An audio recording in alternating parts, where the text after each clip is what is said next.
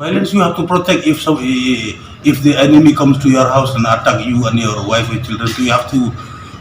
You also have to attack self-defense. The same thing. It should be done in our.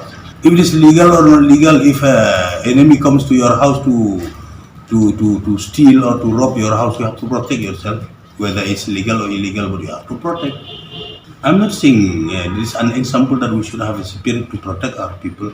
We have to utilize our force. The police are there.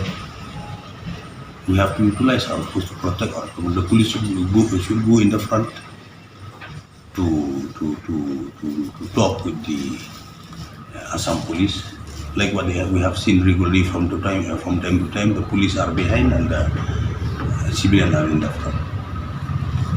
So the higher ups also they should give the order, no, that the police should be in the front to protect this line of control. They should not cross the line of control. The best solution, what I feel, is that yes, this to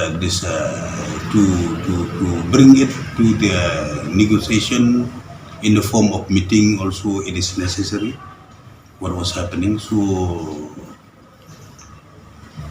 both the leaders of the state, both the government from Assam and Meghalaya also, for this long pending issue, again and again we have to sit